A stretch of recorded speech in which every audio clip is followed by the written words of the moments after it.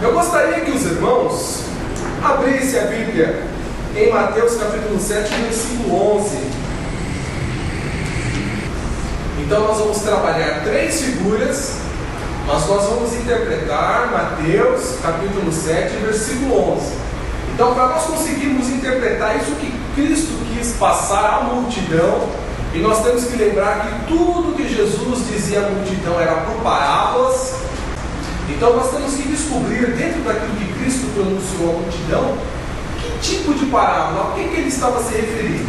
Então Mateus 7, versículo 11 está escrito assim, olha: se vós, sendo maus, sabeis dar boas coisas aos vossos filhos, quanto mais vosso Pai que está nos céus dará bens aos que lhe pedirem.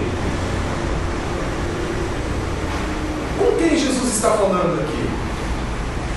Se vós, pois, sendo maus. Ele está falando com os escribas, com os fariseus, com as pessoas que estavam lá no Sermão do Monte ouvindo a sua mensagem. Então observe, no capítulo 5, Jesus começa o Sermão do Monte e ele coloca as bem-aventuranças: bem-aventurado o pobre de espírito, bem-aventurados os que choram, e ele expôs isso à multidão. Desde o capítulo 5 ele está falando por parábolas. E novamente chega aqui no versículo 11 do capítulo 7, ele fala: olha, vocês sendo maus. Por que Jesus chama eles de maus? Por que eles são maus? Se eles sabem fazer coisas boas. Por que os homens que Jesus estava pregando ali no Sermão do Monte eram maus, se eles sabiam dar boas coisas aos seus semelhantes, aos seus filhos? A ideia de filhos aqui está relacionada com o semelhante.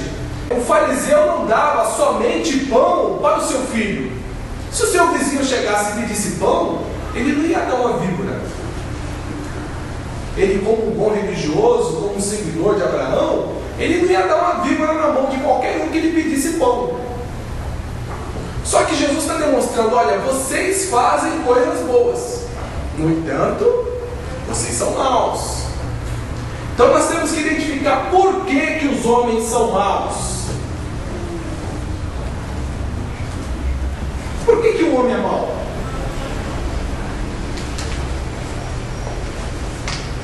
Mesmo ele sabendo fazer coisas boas. Que relação tem entre o que ele faz de bom e a condição dele de ser mau? Nós podemos verificar também essa colocação de Jesus em Mateus 12, versículo 34. Gostaria que os irmãos dessem uma olhada. Mateus 12, versículo 34.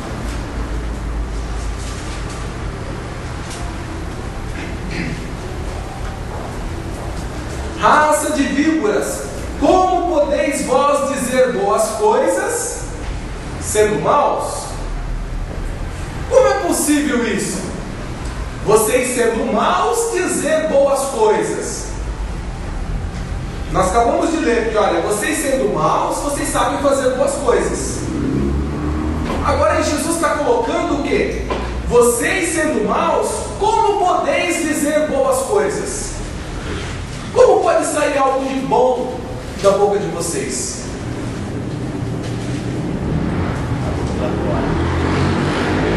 Vocês irmãos estão entendendo a colocação de Jesus? Então Mateus capítulo 7, versículo 1 fala: olha, você sendo mau, você consegue fazer boas coisas, mas você sendo mau, você não consegue dizer boas coisas. Então vamos trabalhar uma questão agora: obras. Então uma pessoa má, irmãos, ele consegue fazer o quê? Coisas boas, boas obras.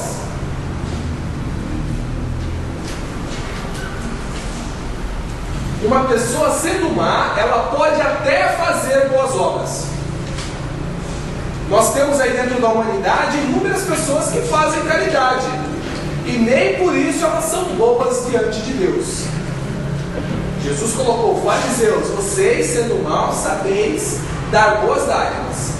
Mas nós temos a outra colocação de Jesus: você sendo mau, você não consegue dizer boas coisas. Por quê? Porque daquilo que está cheio o seu coração, disto fala a boca.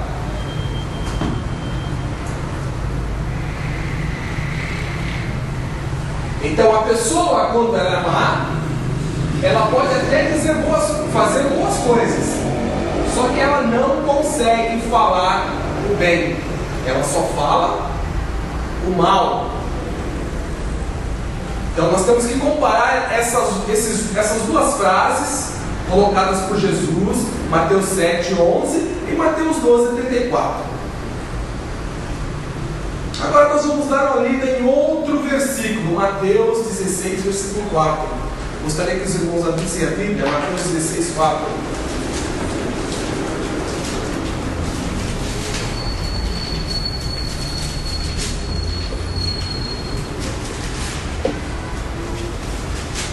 Novamente, Jesus: uma geração má e adúltera pede um sinal, e nenhum sinal lhe será dado senão o sinal do profeta Jonas.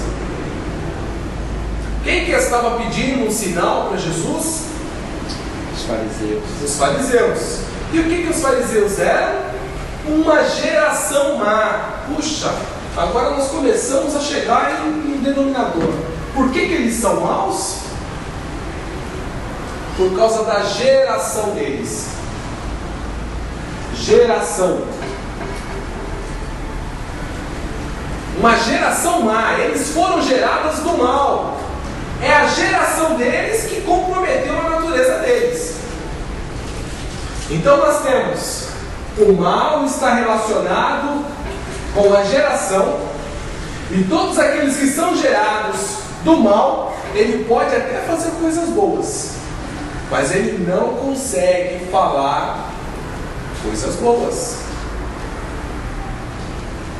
Foram 3 versículos que nós abordamos: Mateus 7:11, Mateus 12:34 e Mateus 16:4.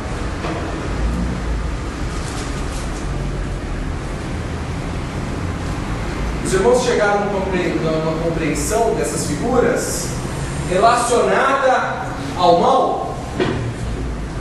Não são as boas ações dos homens que os tornam bons.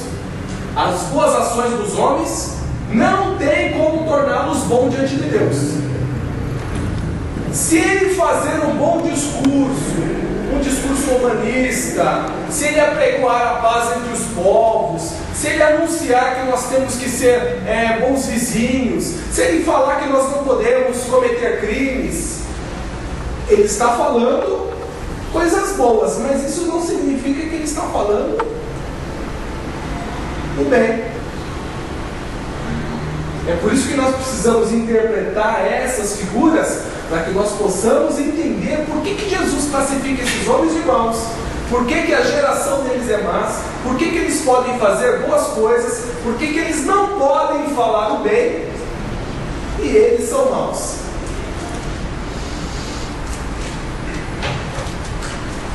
Esta figura que nós vamos trabalhar, a figura da árvore, ela também está relacionada com a primeira aula que nós apresentamos aos irmãos, que é a aula dos 2 caminhos e das 2 portas. Nós temos as 2 portas, a porta estreita e a porta larga, onde a porta estreita é Cristo e a porta larga é Adão. Nós temos o caminho largo e o caminho estreito, onde o caminho estreito é Cristo, o caminho que conduz o homem a Deus, ou seja, o homem não vai por si só a Deus, é o caminho que lhe conduz a Deus. Da mesma forma que nós temos Adão, o caminho largo que conduz o homem à perdição, ou seja, o homem por suas próprias pernas ele não vai à perdição. O que leva ele à perdição é o caminho aonde ele está, o caminho onde ele está trilhando, aonde ele entrou por uma porta e está nesse caminho que o conduz à perdição. Para nós compreendermos a figura da árvore, nós vamos ter que ler Lucas 6, versículo 43. Lucas 6. Lucas, livro de Lucas, capítulo 6, versículo 43. Isso é um princípio da natureza, irmãos, que Jesus está aplicando a essas figuras. Não há boa árvore que dê mau fruto, nem má árvore que dê bom fruto. esta regra não tem como o homem quebrar. Não existe árvore boa que dê mau fruto, e não há árvore má que dê bom fruto. É um ponto pacífico. Não tem como nós chegarmos numa laranja, num pé de laranja que dê laranja boa, laranja doce, gostosa ao paladar, e você encontrar uma laranja azeda naquele pé. Da mesma forma, se você chegar numa laranjeira que ela é azeda por natureza, se você for lá e procurar uma laranja doce, você vai chupar muita laranja e não vai achar laranja doce. É um princípio da natureza. Ou seja, vamos classificar esta árvore aqui como sendo a árvore má. E esta árvore aqui como árvore boa. Boa ao paladar. Esta árvore má aqui, ela só pode produzir um fruto. E o fruto dela sempre vai ser mau. Esta árvore boa aqui, ela só vai produzir um fruto. E esse fruto desta árvore vai ter que ser um fruto bom. A árvore boa não pode produzir fruto mau. Isso é da natureza da árvore. Então Jesus está colocando aqui, olha, não há boa árvore que dê mau fruto, nem uma árvore que dê fruto bom. Cada árvore é conhecida pelo seu próprio fruto. Cada árvore é conhecida pelo seu próprio fruto. Ou seja, pelo que nós conhecemos a árvore? É pelo fruto. Você não conhece uma árvore pela raiz. Você não conhece uma árvore pelo tronco. E nem conhece uma árvore pelas suas folhagens. Você conhece ela pelo fruto. Você chegar no pomar, você vai ver um pé de laranja. Puxa, aquilo é um pé de laranja. Só que aí vai aparecer uma dúvida. Esse pé de laranja é um pé de laranja doce ou é um pé de laranja azedo? Como que você vai descobrir a que qualidade pertence aquele pé de laranja? É só pelo fruto.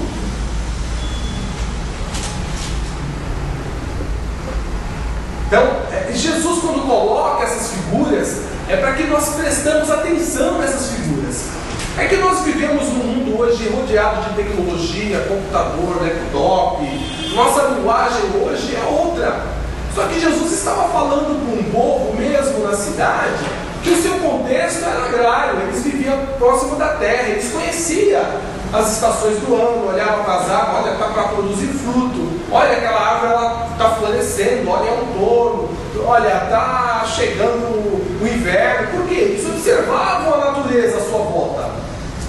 E a natureza se comunicava com eles. Mesmo sem palavras, se comunicava, porque o homem interpretava a natureza.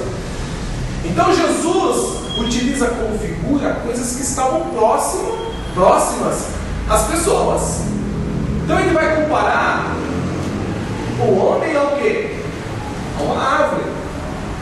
Principalmente porque o profeta Ezequiel, ele sempre trabalhou com relação às árvores relacionada ao homem. As árvores sempre estavam relacionadas ao homem, dentro do livro do profeta Ezequiel. Então quando Jesus traz essa figura para o Novo Testamento, ele está trabalhando quem? A pessoa do homem.